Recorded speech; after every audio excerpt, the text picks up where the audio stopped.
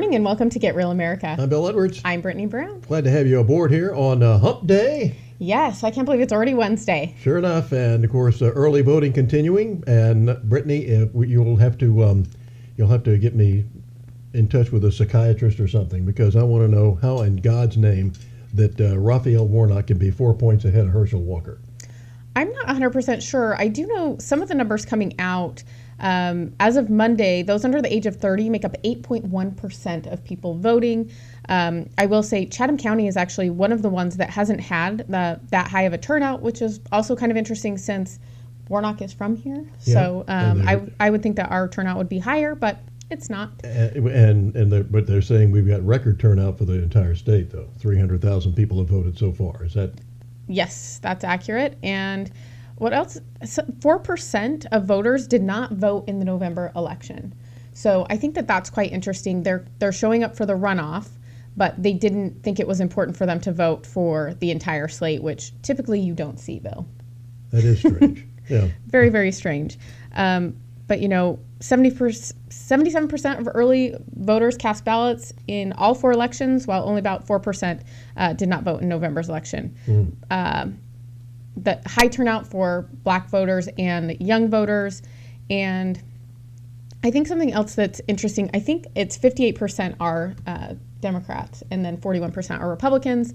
Republicans typically are game day voters, but I have heard that the lines are long, 1 to 2 hours from what I understand. So make sure you make time to vote, and that, if you have a day off this week, go and vote. If not, make sure you do some game day voting on Tuesday. For sure. It is. This election is absolutely vital for the prosperity of America. When we've got a president who has decided now that Venezuela needs to give us oil.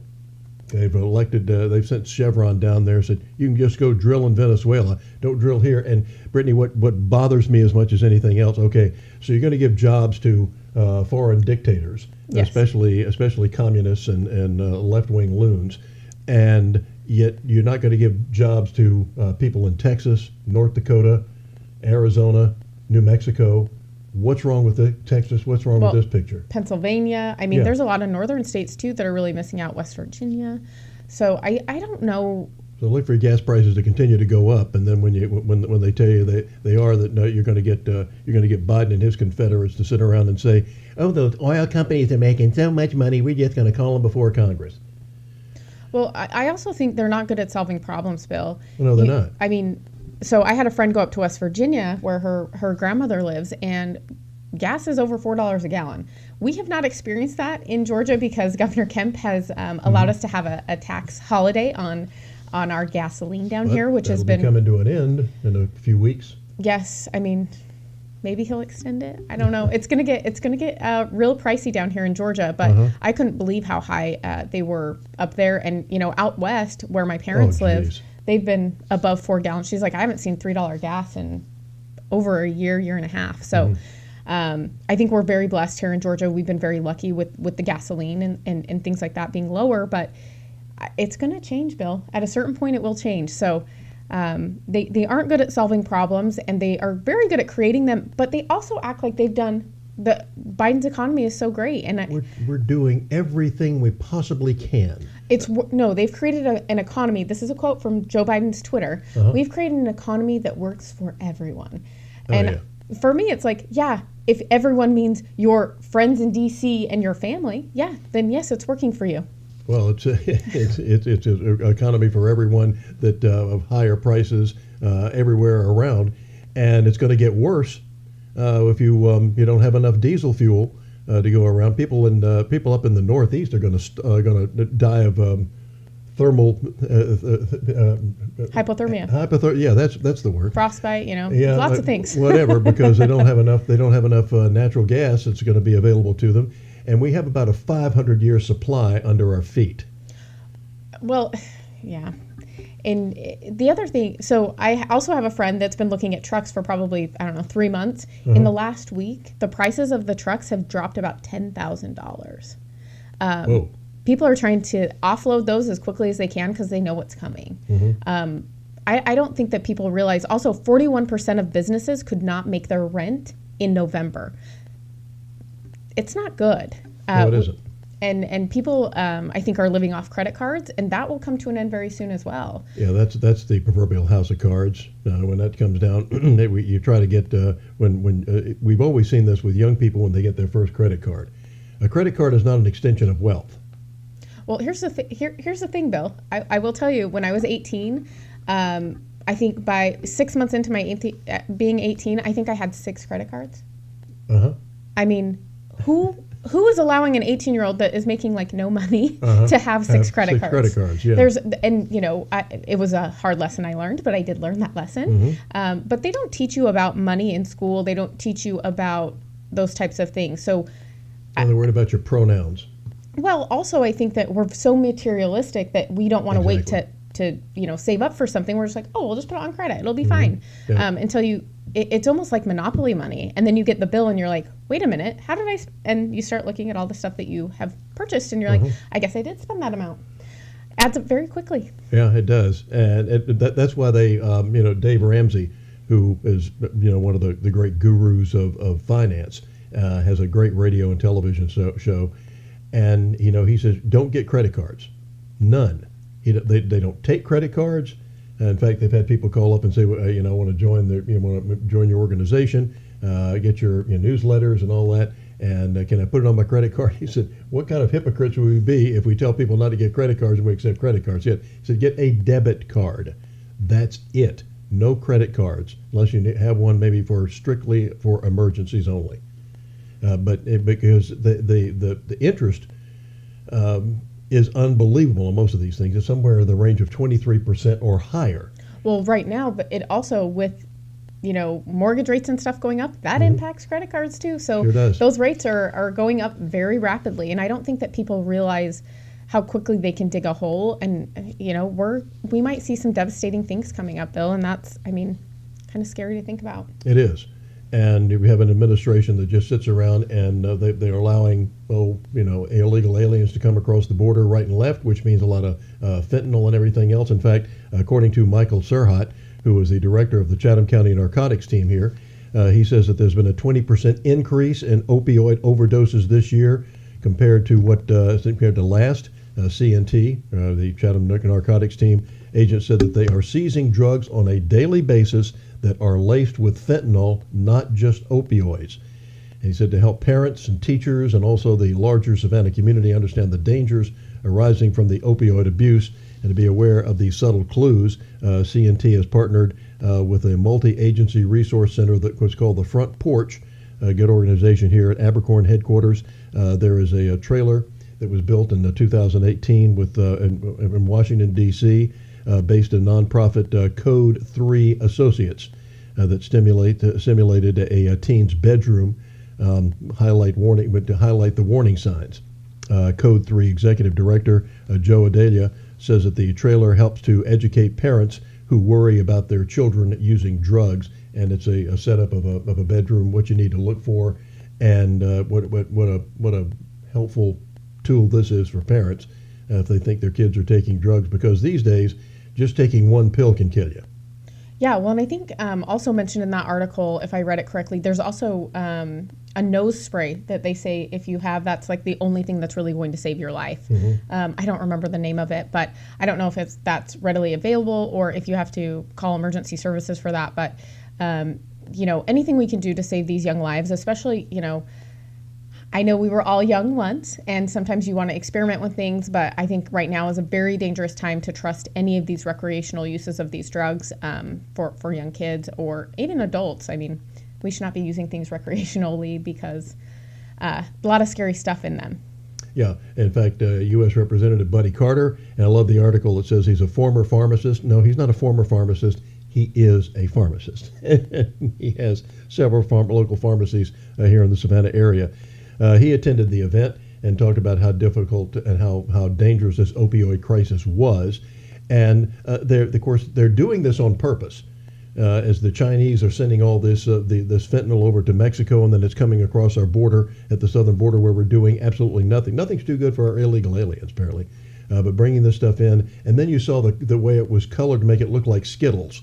So they're going after kids, and they think that they're having candy. One of them will kill you. And this administration is doing nothing about it. This is criminal and treasonous to the nth degree, and why we're not more outraged about this as people are dropping like flies, I have no earthly, I can't even begin to imagine. You know, Bill, they don't want to talk about anything that makes them look bad, and this definitely does not make them look good. Really quick, I wanted to shout out Brian Hood, who's watching on Facebook. Thank you for all you do. So we appreciate it, and thanks for watching and tuning in. Yeah. So it's just, I don't even, I can't even begin to imagine how bad this is going to get if we continue to let these people in, because what we got, is that Title 42 or whatever that's about to go by the wayside, which really hasn't been a huge protection when you look at what like they've tied the hands of the border officers. They can't do anything. So I think that this is a big problem. Title 42 gives them a little bit more, but I mean it has not been the great protection that it once was. Back when we had a real president. Yeah, exactly. Okay. Yeah. So I don't even know what to say about it, Bill. I mean, we can talk till we're blue in the face, but until people are willing to step up, including, you know, I will say I would love to call on Governor Kemp to also do something. What is the, what gets me is that there was a book that Bill Bennett published over 20 years ago called The Death of Outrage. Well, and this is what we're facing. I mean, where's the outrage that all these we've been elected since Joe Biden has been president, unfortunately, and we're just approaching the second anniversary, so we've got 2 more years of this idiot. We have enough people have come across the border bigger than the population of Nebraska. We could have repopulated the entire state of Nebraska with the number of illegal aliens that have come across, and we have no idea who these people are. And yet they can come across. They don't need to be vetted. They don't need to have the Fauci ouchie. They're given all this information about their rights for Social Security and all sorts of. They got plenty of baby formula down there on the border. We have. In fact, when I was talking to Congressman Carter a few months ago, when he said he went down there, said they have warehouses full of this baby formula that you, as a young mom, have been having to drive 40, 50 miles all over town to try to find one bottle. They've got warehouses full of it down there on the border. Well, and that's the thing. I just don't know how we got to a point where it's America last. And that's what this administration stands for. And I will say the milquetoast response that they've had to China, to the response that they've had with this Russia-Ukraine thing, I think that the fact that they can't find $20 billion and they're trying to scramble to figure out where it is because, they know that there's going to be some investigations going on. I think that these are major problems. And the fact that people, look at people in China, like what they're willing to sacrifice to have freedom, and the fact that people here in America, number one, don't even understand how great we have it and aren't willing to stand up and fight so that their children and their grandchildren have the same freedoms that they grew up with. I think that's a real problem, Bill, and I think that that's something that we really need to talk about as Americans and figure out how we're going to continue down this path in a more positive way. We have become way too complacent, and it's like overripe fruit or anything else. It's when it's ripe, it's good. You keep it around too long, and it gets overripe, and this is where we are. Speaking of which, as you just mentioned, Governor Kemp, he was on the Communist News Network last night, and he was giving them hell. And we'll see. We'll give you an example coming up next.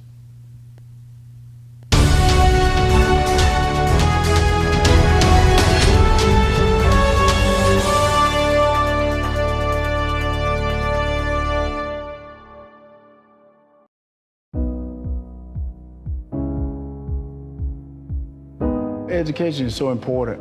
People have always talked about what are we going to do? You're going to have school choice, you're going to have all different types of things. And I want to try to figure out how can we get kids an education? It doesn't matter what zip code you're from, but get them the education they need because education is an equalizer. And I truly, truly believe that. And that's the reason I'm here, just to see how this is working, what is going on, how are you getting funding, and just what's happening. We put people in office that doesn't seem to care about this country anymore. And I said, you know, if I can change it and I just sit back and do nothing, what kind of man will I be? But right now, I know I can change something.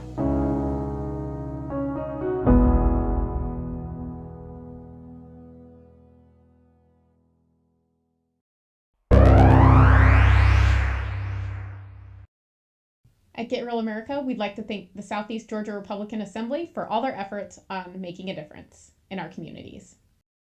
I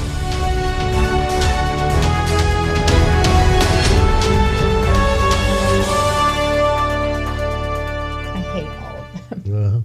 Welcome back to Get Real America. I'm Bill Edwards. I'm Brittany Brown. Glad to have you aboard on this Wednesday here, Hump Day, with early voting continue to roll on here in Georgia. Said record turnouts, but not around here. No, actually, Chatham County is not one of the high turnout counties, which is kind of surprising because I have heard that the lines are long. So, Yeah. kind of interesting. Ann Warnock is from here. So, Well, it's unfortunate as well. the top counties for turnout are DeKalb, Rockdale, Douglas, Macon, and Muskogee. Muskogee. Yep. So, interesting. I think 2 of those are Republican strongholds, and I think 3 of those are definitely not. Yeah. So we'll see how this shakes out. Yeah. Good way to put it. Well, our Governor Brian Kemp was on the Communist News Network last night, telling him like it is. As a matter of fact, he was about the GOP voting decision and things of that nature. So let's take a look and see what he said to those folks. Over 180,000 Georgians have already cast their ballots over the weekend, taking advantage of that extra day of early voting that they got because of that lawsuit that was filed by Senator Warnock. Did you agree with the judge's ruling in that case? I don't even know why there was a discussion on that. Look, people got plenty of time to vote in this election. Let them go vote. This is going to be a turnout election. My message to people is don't get distracted with things like that. Just get the vote out. So you think it's good that there was that extra day of early voting? Well, I mean, look, counties have always had the option on when they can do early voting or not. So, I mean, I think fighting that fight, we could have been doing other things. But, you know, look, it wasn't my decision. I wasn't involved in it. All that matters is on election day who's got the most votes. It's really that simple. And I just think Republicans don't need to get distracted. That's what happened in the last runoff we had here in Georgia, and it didn't turn out very good for us. Well, I want to return to that, but since I have seen you've won your re-election. You got about 200,000 more votes than the Republican candidate for Senate, Herschel Walker, did. You're now appearing with him on the campaign trail in a much bigger way than you were last time I saw you. Why now, and why do you think there were 200,000 people that voted for you but not for Herschel Walker? Well, listen, I was focused on making sure that I got reelected, and I was also, as you know, from our past interviews and what people saw us doing and our campaign doing, it wasn't just helping me, it was helping our whole ticket. We had a really good night here in Georgia. We won every, statewide race Republicans did, and then we got an incumbent U.S. Senator in a runoff. So we had an incredible night here. But really, to me, the runoff now is a very simple choice. Are you going to vote for somebody that's been with Joe Biden 96% of the time, or are you going to vote for somebody that's going to go up there and fight for Georgia? And that's the way I'm voting. Well, Herschel Walker was the only Republican who did not win on November 8th on the statewide ticket. What you just said about the choice, something you said, it reminds me of something you said on the campaign trail recently, which was, you said, who do you want to fight for you in the Senate? Do you want a guy who represents our values like Herschel Walker, or do you want somebody who has voted with President Biden 96% of the time? Does Herschel Walker share your values? Well, listen, when I'm talking about going to Washington, D.C. and fighting for what Georgians need, I'm talking about the border, 40-year high inflation, astronomical gas prices since Joe Biden took office, and the agenda that Raphael Warnock has supported up there. I mean, to me, it's that simple in this race.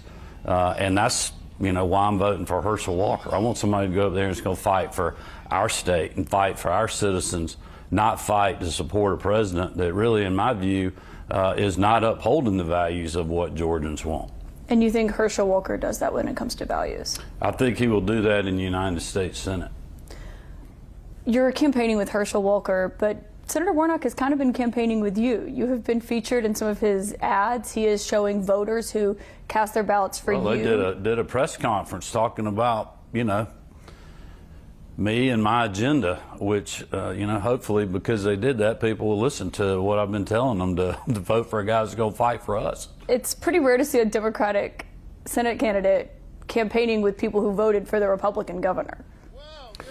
Yeah, I mean, look, Warnock's got a lot of resources. He can do whatever he wants. But at the end of the day, I don't think any of that stuff matters. The money doesn't matter. You know, somebody's views that's going on a television commercial doesn't necessarily matter. It matters what people think and what they're dealing with in their everyday lives. And I know people are dealing with 40-year high inflation. I know that they know that the border's a disaster, and you got Joe Biden saying after the November election he's not going to change a thing. And I just think there's a lot of Georgians that want things to change in Washington, D.C., and they want people fighting to lower gas prices and lower 40-year high inflation. Interest rates are going up. I mean, it's, you know, a lot of people starting to get laid off, big companies that are out there. Thankfully, our economy has been more insulated than most around the country, and we're very thankful and blessed by that. But, you know, we don't want to risk that continuing into the future. You talked about lessons learned after the last runoff election. What are those lessons? Well, I think that's one reason we controlled our own destiny on our ground game, which we've, you know, turned that over to the Senate Leadership Fund, and they're out there working, they're knocking doors, we're getting people to the polls, which is what this race is all about. And we built something pretty special here that worked. It didn't just work for me, it worked for the rest of the Republicans on the state ticket. And we're trying to make that work, hopefully, in this runoff. We'll find out on next Tuesday. Since I last saw you, Georgia's highest court has reinstated a ban on abortion after 6 weeks. It basically put on hold a decision by a lower court that overturned that 2019 law that you signed into law. If the appeals court comes back and overturns the law, what will you do? Well, we're going to keep fighting the legal process. I mean, we knew 3 years ago when we passed this bill that it was going to take a long time to get it through the courts and to get it implemented, and we knew there would be a lot of people fighting us. But that's the path that we've taken, and that's what we'll do. And so we're just going to wait and see what the court does, and you know, then we'll reassess. I believe that they'll uphold our law and it'll be implemented. Let me get your reaction to something that former President Trump has been under fire for in recent days, which is having dinner with Nick Fuentes, this outspoken white supremacist and anti-Semite. Well, I just put a statement out there. I'll let that statement speak for itself. I mean, that was a bad decision. There's no place for that in the Republican Party. I know he's got, you know, his answer to that question, and I'll let him speak to that. But my views on that are very clear. He has defended it, saying he was a guest of Kanye West, who was his guest. But he hasn't criticized or denounced the statements that we've seen, this hateful language from Nick Fuentes. Well, listen, I am not privy to who said what and all of that. I'll just let my statement speak for itself. It's very clear. In recent days, you have filed paperwork to create a federal PAC of your own. It makes people wonder if you've got some of your own future national ambitions.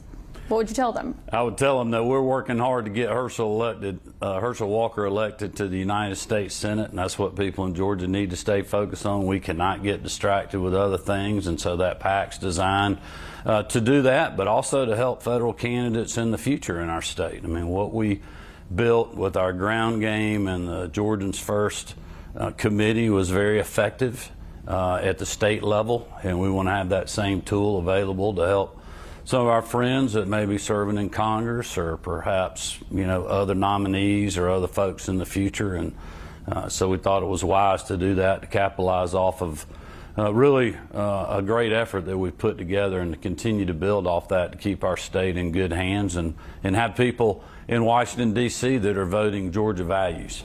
Could that be to help other people who are running for the Republican nomination for president, potentially? Well, that's not what the focus is. You know, you need to worry about next Tuesday. That's what I'm worried about. Staying focused on getting Herschel over the goal line. Next Tuesday is obviously what everyone's eyes are on, but you did see the former president announce that he will be running in 2024. Would you support him for that? I did see that. Would you support him in that run? Well, I hadn't seen who else is going to run. So I'm going to keep focused on getting Herschel elected to the United States Senate. We do not need to get distracted from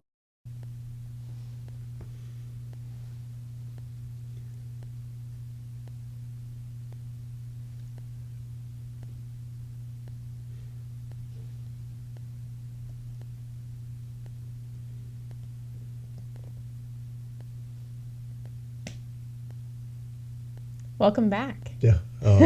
Sorry about that. I thought Kemp did a good job of staying focused. He Exactly. didn't get trapped in her questions. She was really trying really hard. But I think he did a great job with the interview, and I am really glad that he is supporting Herschel and that he's also transferred his team to work with Herschel's team to get him elected, which I think is really, really important. It is. Because this is vital. As they said, when you've got somebody who votes with Joe Biden 96% of the time, that is not part of Georgia values. And that message needs to get across earlier. In fact, Herschel Walker, you don't usually see this in a campaign, Brittany, but Herschel's got new yard signs. The original ones just said, Herschel for Senate. This new one now says, we have too many Democrats. You need to vote for Herschel. Well, those signs are only in Chatham County, and they were paid for by a private donor. So they actually didn't come from the campaign. Yeah. So, Oh. but I think that I was trying. You mean I was giving them credit where they didn't deserve Yeah. it? Oh, bless their heart. But I think hopefully that also helps around here, making sure that those signs look a little different and they're catching people's eye where people have seen the Herschel signs for months now. So having something new, I hope is more eye catching. Shout out to the people that did those. Jennifer Slande and Pat Shows did a lot of work. Jerry Gibbs. A gal named Tina, I can't recall her last name, but Dean Burnett and his family helped put out signs. So I'm glad that those signs are noticeable. Yeah, they are. They're very eye-catching, and they tell it all. We've got too many Democrats as it is. These people are not voting for America's values, and it's just that simple. We have this is a critical election. And I'm hoping that Herschel is going to go in, and I'm hoping it's going to be pretty much a decisive turn. I know that right now the polls say that he's 4 points behind, but remember they said that the Hildebeest was going to beat Donald Trump by the biggest victory since Barry Goldwater was beaten by Lyndon Johnson back in 1964, and that was the proverbial landslide for the Democrats that time. So. Herschel is, and the argument, Brittany, that I'm disgusted with is about, well, he hasn't lived here. All of a sudden, he's moved back here. What was when the Hildebeest ran for Senate in New York? How long had she been a New Yorker? Because when she was in Chicago, I think she said she was a big Cubs fan, and then when she got to New York, suddenly she was a big Yankees fan. She sounds like a Fairweather type of person. I mean, they just what's amazing to me is that they just make stuff up. You're not wrong there. I mean, just all of a sudden, you can remember where she said she was walking along and when she was a kid, and she saw these migrant farm workers working out. So she and her friends went out there, out in the field to help them out. Well, I think that's where we get to the point where it's like, this is my truth. Yeah. There's no longer the truth. It's your Exactly. truth. So I think that's why a lot of people live in an alternate reality, and that's what we're doing here at Get Real America. We're trying to bring you back to reality, let you know the facts, and we will be talking more about that right after this break. Yep, coming up.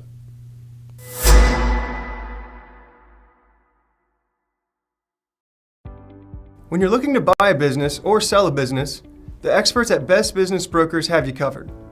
Whether you're ready to cash in on your years of hard work or you're taking that first step in buying a business of your own, they're here to guide you through the process and make sure you get the best outcome possible. By having Best Business Brokers assist you when you buy a business or sell a business, they handle the legwork of the intricate process. This ensures a smooth transition of ownership, allowing you to get to work immediately or receive payment for your business as soon as possible. With base operations in Savannah and Charleston, they service all of Georgia and South Carolina. If you're considering starting a business here, the mild winters and 5-tiered economic areas make these the perfect places to do so. If you're ready to buy a business or sell a business, then you're ready to contact Best Business Brokers. Visit their website at b3brokers.com or call at 912-349-0940.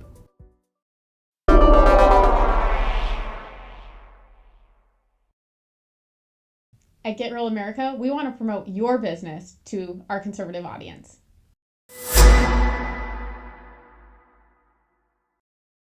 Wasteful Washington spending is killing us with inflation and sky-high prices on groceries and gas. Senator Raphael Warnock voted to allow hundreds of millions of dollars of COVID relief funds to be squandered on a luxury resort in Florida, a New Jersey soccer stadium, a ski area in Iowa. Tell Senator Warnock to start voting against reckless spending to stop inflation. Georgia families need cheaper gas and food, not frivolous luxuries in other states. I'm Herschel Walker, and I approve this message. Out of all the people I've ever seen work with veterans, Herschel Walker has done more as an individual than anybody I've ever seen. I've walked with him in the bases, I've been with him in the hospitals, talking about mental health issues and how he had gotten help. You could see it kind of open the doors for a lot of people. When he leaves a base, it has an impact long after he's gone. He gives his all to veterans and active duty guys.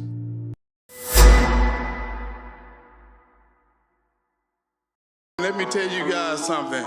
You know, every time I go out to speak, everybody want a sound bite. I'm going to give you a sound bite really quick. I'm sick and tired of people putting this country down. They want to ask me why I'm running. Let's be real. I'm sick and tired. You look at the economy, you look at the gas prices. You can't buy a grocery now. It's time for us to wake up. It's time for me to get out and fight. Because I'm going to tell you, I love to win. I said, put me in the game, coach. I'm ready to play. If you ever seen me play, I can play. Have you ever seen me fight, I can fight. No matter how hard they come, how hard I can fight. I'm sick and tired of this. Tell your friends to get out and vote. I'm not here to be a politician. I'm here to be a warrior. Protect this country, protect our citizens, and protect our kids. No weapon formed against me shall ever prosper. Boom! That's it, baby!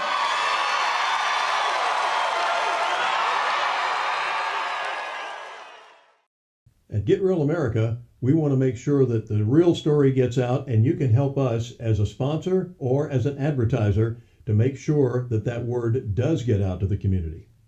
Be a sponsor and support your local community here at Get Real America.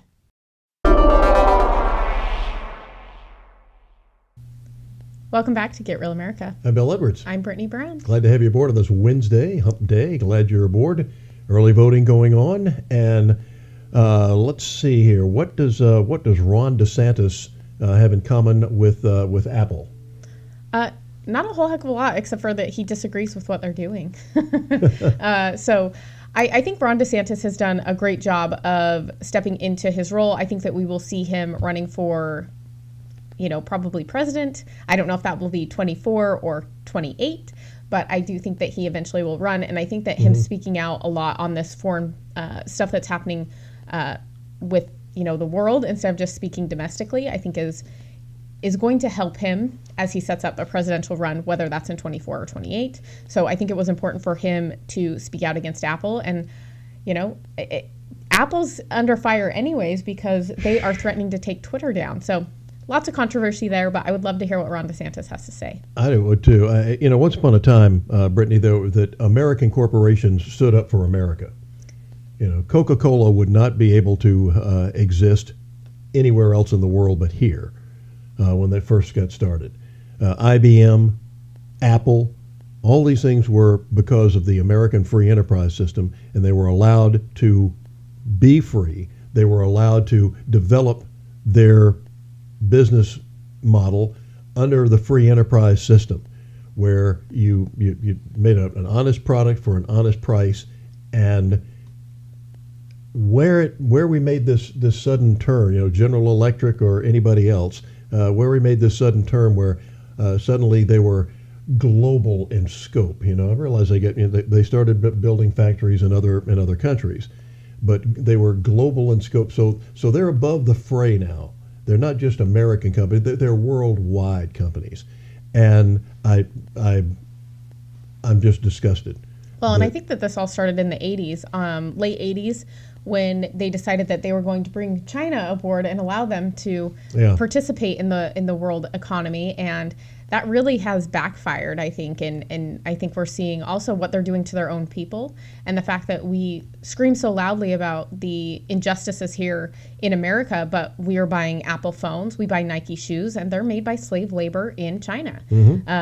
And the things that they're doing to their people, whether the American people are so naive, which I have a hard time believing, or it just, they don't really care about other people. They only care about their own injustices, which people in other countries would love to have their life. I mean, we have people that, have $1,000 iPhones that, live off government assistance. I mean, they're forced to work in these slave factories. I mean, the comparison is just not even there. It is scary, because these companies would not exist were it not for America and the free enterprise system. And yet they are turning their back on their country. When you see the NBA, for goodness sakes, they're so concerned about China and the Chinese market. Well, hell, let them go over there.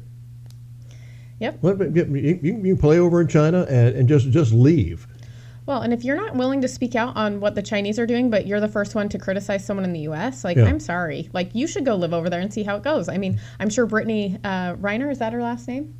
Griner, from the NBA, the WNBA, I'm so sorry. Oh, yeah. She identifies as a woman. Yes. Yeah. But she did not like the national anthem. Well, she doesn't have to hear it now. So, I mean, I wonder how she's going to feel about the U.S. when she gets back in 9 years. So. As I keep telling you, one of my best friends here, Gator Rivers, was a Harlem Globetrotter, and when I was doing television sports years ago, I ran into him at the grocery store. They'd just come back from one of those worldwide tours that they did. He said when they got off the plane here, they kissed the ground. They saw what it was like in other countries. And he said, more people need that perspective, because I don't think most Americans have ever left America. Nope. And so you don't know you don't know just how good we have it here, and the fact that people will go over and say that it's so much better elsewhere. Well, why don't you go try living there for a while and see what you think? Yeah, I 100% agree. I think that before you graduate from high school, you should have to do a mission trip in another country. I think that should be a requirement, and I think that people should, maybe forced gratitude will be a good thing. Whether it's Papua New Guinea or whether it's Tokyo or someplace where. Well, even Mexico. Mexico, or if survive the drug cartels down there. Yeah. But it is just because I will not go to Mexico. I will not go to Mexico. When we finally, if we ever get the drug cartels out of there, but we're doing such a great job of investing in drug cartels now. Because they're as well equipped or better equipped than our own military. Well, it makes you wonder why Arizona was so important and why they're threatening to throw people in jail and give felonies out. It makes you wonder who the cartel has a hold of and what they're threatening to do. So I think that those are just things we need to think about. I know it sounds like a movie, but this is our reality right now, and they've empowered drug cartels to be in charge. So. Not a good thing. But these are not nice people that you want. These are not people that you want your sister to marry or something like that. No, and they don't negotiate. So no, they're not. It's our way or the highway. Yep. And the human atrocities that they commit, you don't understand just how vicious it is. One of our best friends here is Lou Gavozzi. And he was an undercover cop, and one of his first assignments when he went with ATF was out in Los Angeles, and he saw all the drug not the drug cartels at first. He saw all the gangs in L.A. and how bad they were, and then the Mexican gang started moving in, and he said it was night and day. I mean, it was like the L.A. gangs were choir boys, compared to how bad these Mexican cartels were, of going and making sure that people obeyed what they were going to do by maybe at halftime. Speaking of basketball, maybe halftime of a basketball game, instead of a basketball rolling out on the court, you saw heads roll out on the court of people that they had beheaded, of families, and just to make sure that that the cartel was here. That's crazy. He said the amount of just unbelievable butchery and was beyond. You couldn't even You can't even when you describe it, people won't believe it. It was like the Holocaust when General Eisenhower at the time, when he first went into a concentration camp, he looked around at his photographer and said, "Start taking pictures because nobody's going to believe this." Well, it's the same way with these Mexican drug cartels. These are not nice people. No, they're definitely not. And I think it's important how we deal with other countries. And I think that Ron DeSantis did a good job yesterday of talking about Apple. Yeah. There's reports that Apple is not allowing the protesters to use this AirDrop function where they're trying to communicate. That obviously is providing aid and comfort to the CCP. And so you see that report, and that's very concerning. And then when you also hear reports that Apple is threatening to remove Twitter from the App Store because Elon Musk is actually opening it up for free speech and is restoring a lot of accounts that were unfairly and illegitimately suspended for putting out accurate information about COVID. That's like one of the main things that's being reinstated. So many things these experts were wrong at, and you had people on Twitter that were calling that out. And Twitter, the old regime in Twitter, their response was to try to just suffocate the dissent.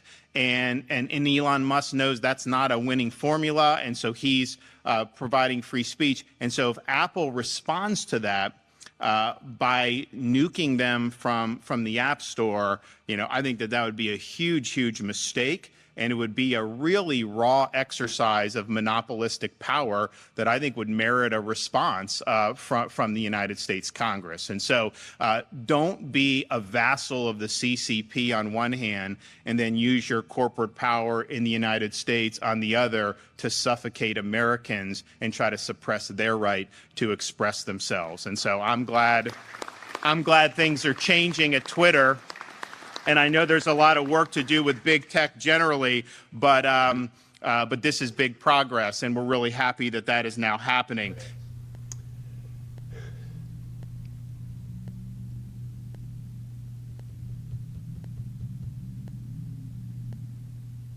I think the Freebus is stuck on the Reba Clavin.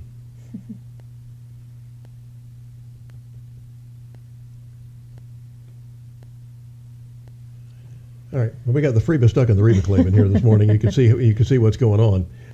But good on him. I am just overwhelmed and blown away by how he has grown into this office. Because he was not that good a speaker when he won the first time of the election. He narrowly beat out this moron who had been the mayor of Tallahassee, and I don't think he ran a very good campaign. But fortunately, he got dragged across the finish line.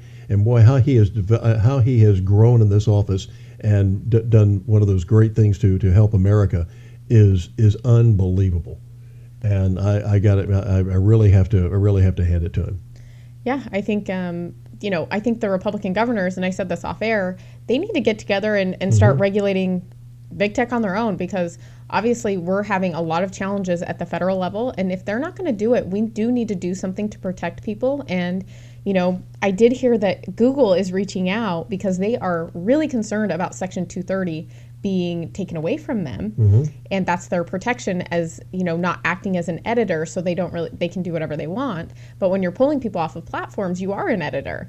So they are they're reaching out to the high profile accounts right now and asking them to basically support going after Congress and these people to not do this. And one of the people was like, this would make my life so much better. We have grown in spite of you. We're not in your algorithm. People can't search for us. Google, I think for 6 months had it so that if you search for them, they didn't even pop up. So they're like, I hope they do it. I hope they take away your protection. And that does need to happen. So hopefully that will happen. But that's a story for another day. I guess we will be right back after this. Yeah.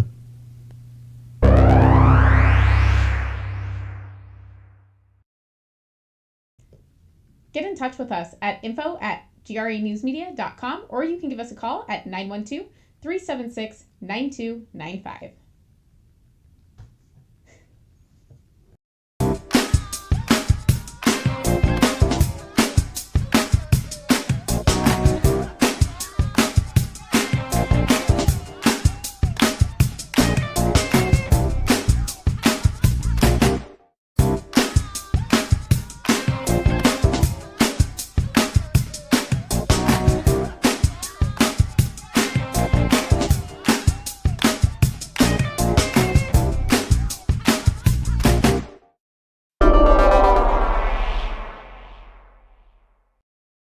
Well, what's at stake for me is I want the Georgia people to have a voice in Washington. I think in less than 2 years, they haven't had a voice. Senator Warnock has done everything for Joe Biden and not for the Georgia people. I think people see that in his voting. You know, he's voted for this open border. He hadn't said anything about it. You see the way the economy is right now. You see men and women's sports. He's voted for things like that. Crime on the streets, and this is less than 2 years. That meaning that people of Georgia hadn't had a voice. Right now, I speak for the Georgia people, and I will always speak for the Georgia people. That's the reason I decided to run. I tell everyone I'm not a politician, never look like one, never act like one. But right now, what Senator Warnock has done to the Georgia people is not correct. The Georgia people are much better than the way he has represented us in Washington.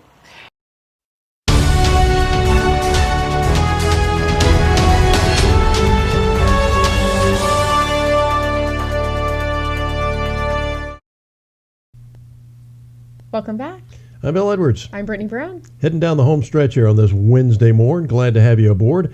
And we have one of the things that I'm not anybody knows me knows that I'm not a big soccer fan. You know, the game moves a little slow for me myself. I totally get it. Yeah, but nevertheless, we can be proud of our soccer team that has just beaten Iran or Iran, depending on what your perspective. It's like Kamala Harris. It's either Kamala, whatever it is this week.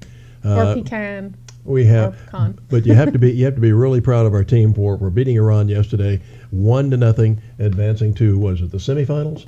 Yes. Yes. Yes. And we have and one of our players was being interviewed, and he was standing up for the good guys in America.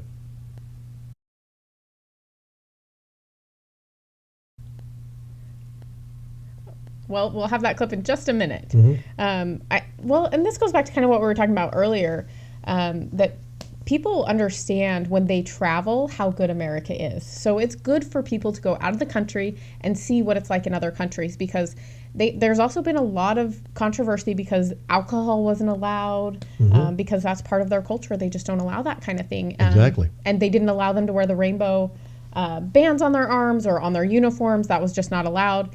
And I think that people don't understand that, it's the U.S. is not, you can't transfer it to any other country. It's not the same. Exactly. And, and frankly, I don't want to, I'm glad from that standpoint, because I don't care about your political views or anything else. The left ruins everything.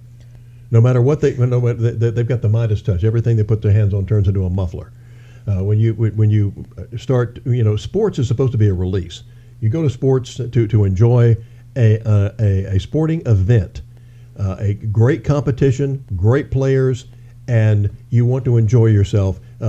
Getting out and coming down and kneeling for the national anthem, wearing rainbow, whatever it is. No. Do that. You can do that off the field all you want to. You can go march with these cretins that don't have anything better to do and waste their lives marching against some stupid cause. But when at the ball game, let's have the ball game. I agree, and like you said, they've ruined everything, including movies. I mean, there's a lot of things they've taken a lot of joy out of, at least for me. Speaking of ruining movies, have you seen Disney? Their latest flop. For their second movie in a row has gone down the Great White Porcelain Facility. Yeah, I don't think they're going to learn their lesson, though, Bill. No, I'm sure they won't. The left never does. Is an old saying that Satan never sleeps. They are relentless. Yes, they are. And I think we have that clip ready now. Yeah, so let's see our soccer player. You're pronouncing our country's name wrong. Our country is named Iran, not Iran. Please, once and for all, let's get this clear. Second of all, are you okay to be representing a country that has so much discrimination against black people in its own borders? And we saw the Black Lives Matter movement over the past few years. Are you okay to be representing the US? Meanwhile, there's so much discrimination happening against black people in America. My apologies on the mispronunciation of your country. That being said, there's discrimination everywhere you go. One thing that I've learned, especially from living abroad in the past years and having to fit in different cultures and kind of assimilate into different cultures, is that in the U.S. we're continuing to make progress every single day. You know, growing up for me, I grew up in a white family with obviously an African American heritage and background as well. So I had a little bit of different cultures, and I was very easily able to assimilate in different cultures. So you know, not everyone has that ease and the ability to do that, and obviously it takes longer to understand. And through education, I think it's super important. Like you just educated me now on the pronunciation of your country. So. Yeah, it's a process. I think as long as you see progress, that's the most important thing. And it's Nevada, not Nevada. Okay. Yeah. Yeah. You know. Also, so offended, right? the batteries in this guy's irony meter must have gone way down. That's the question. You're from a country that is that executes women because the hijab wasn't being worn right. You won't let them drive. You won't let them go to school. You won't let them hold jobs. So all these women. And where's the National Organization of Whack Jobs on this? Going over there and protesting, or Code Stink, or any of those other people that are standing up so far for women's rights. They're silent as the Sphinx on this, which proves that they're just frauds to begin with. Yeah, and I think, you know, the thing that I really liked about President Trump was that he did not try to turn any country into America. He just wanted to respect other leaders and wanted them to respect us, and what we believe in America is what we believe, and you don't have to necessarily believe that way, but you're not going to step on our toes, and you're not going to screw us over, basically. So putting America first, what a concept! Because we've elected somebody who's putting America last. Yeah, and I just think that that's something for people to really think about, that not everywhere needs to be America, not everywhere needs to be a democracy, and we're not a democracy, and I kind of get sick of people saying democracy. That precious democracy, yes. It's not anywhere in our Constitution. It's not anywhere in the founding documents.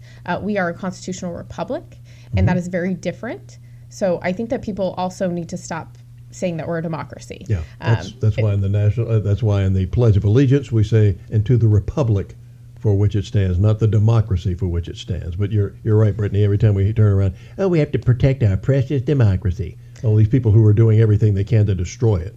Well, I also think that it's one of those things that is manipulating, right? I think that we're telling everyone it's a democracy, democracy, and so we think that it should be, you know, the majority should rule. And the way the constitutional republic is set up is that the majority cannot supersede the minority, because we should not be ruled by the minority, especially when you look at places like Iowa. Like, Iowa does not have the same values as New York, and we should not have to, you know, live like New York because they want us to. I just don't think that that's, and that's the way it was set up, right? Federalism, yes. Like it goes to the states, and I think that, I think it's been a manipulation tactic and a tactic to indoctrinate people to believe that we're a democracy and it should be a straight up and down vote, and that's just not how it is.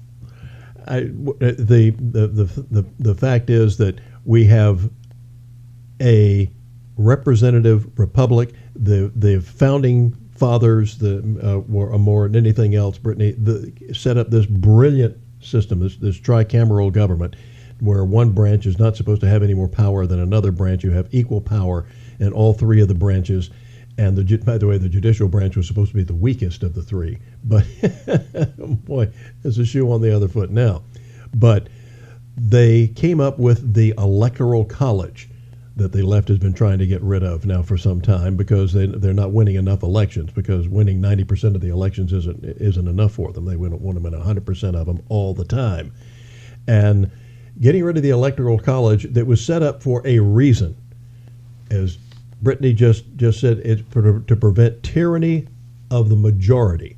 If you go to a one-person, one-vote system, and you don't go to the Electoral College, then they won't. None of the national campaigners will have to go anywhere except Chicago, New York, and Los Angeles, maybe Houston.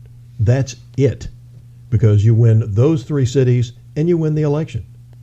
So the Electoral College was a brilliant move by the founding fathers to make sure that you elected a representative who will actually vote for the president. That's the way it was set up. That's in the Constitution. Thank you very much. Yeah, well, even you look at how dangerous it's gotten with them removing the filibuster from the House, and now they want to do it in the Senate, and what that could do. I mean, it's a really scary thought. I mean, it allows them to push through things that really shouldn't be allowed, and also, I think that they have to have 60 senators for things to pass. Is that right? Yeah, and we had 12 Republicans pass some bad legislation this week, so very excited about that. Yeah, really. We'll have to, now that it's passed, we'll actually get to see what's in it. We don't exactly know. But Yeah, that's right. Yeah, as Nancy Pelosi once said, we have to pass it to see what's in it. We have to pass on it as well for at least until tomorrow, but just end it on a little cheery note today. Some good things going on out at Tybee, our beach here, for those of you who are not familiar. Yes, the Pickle Run, hosted by the Huckapoos. Not to be confused with pickleball. Yes. So I think we have some footage of that Yeah, now. let's take a look.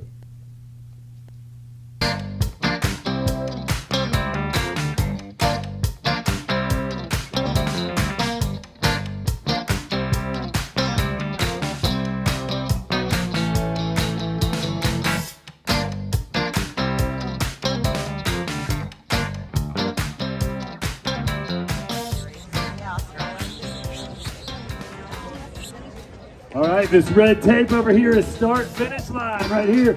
So the first placers, the ones running not for fun, let's get them up here. The ones that are going to be pacing themselves like me, let's get back here. Don't want to overdo it. I see Claris up there. Yeah, Claris, you're right up there front. Yeah, front and center.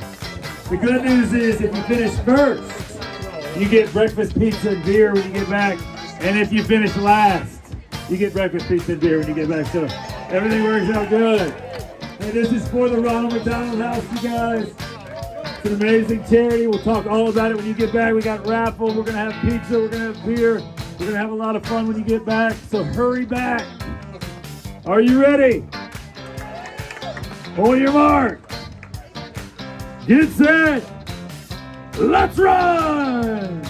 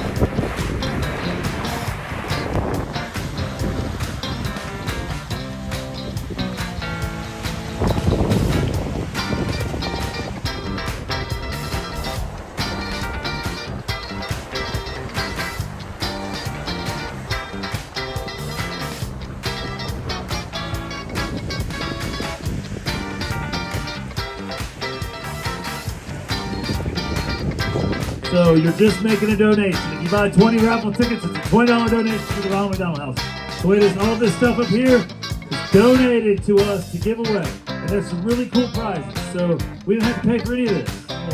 So anything that you give now, 100% of that money goes to the Ronald McDonald House.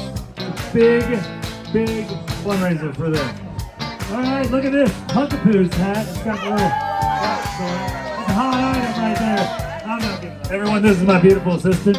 It's also my wife. I'm proud of her. Proud she's my wife.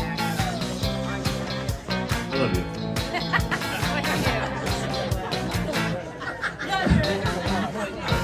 You gotta do that every now and again.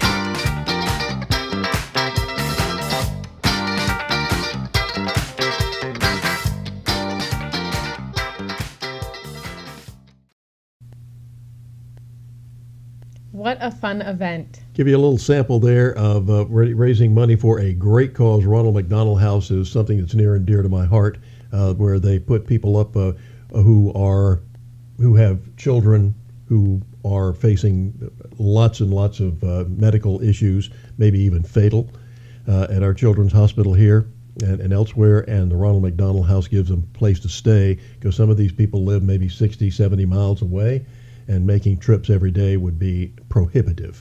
And they're able to stay at the Ronald McDonald House for a nominal fee or free, for that matter.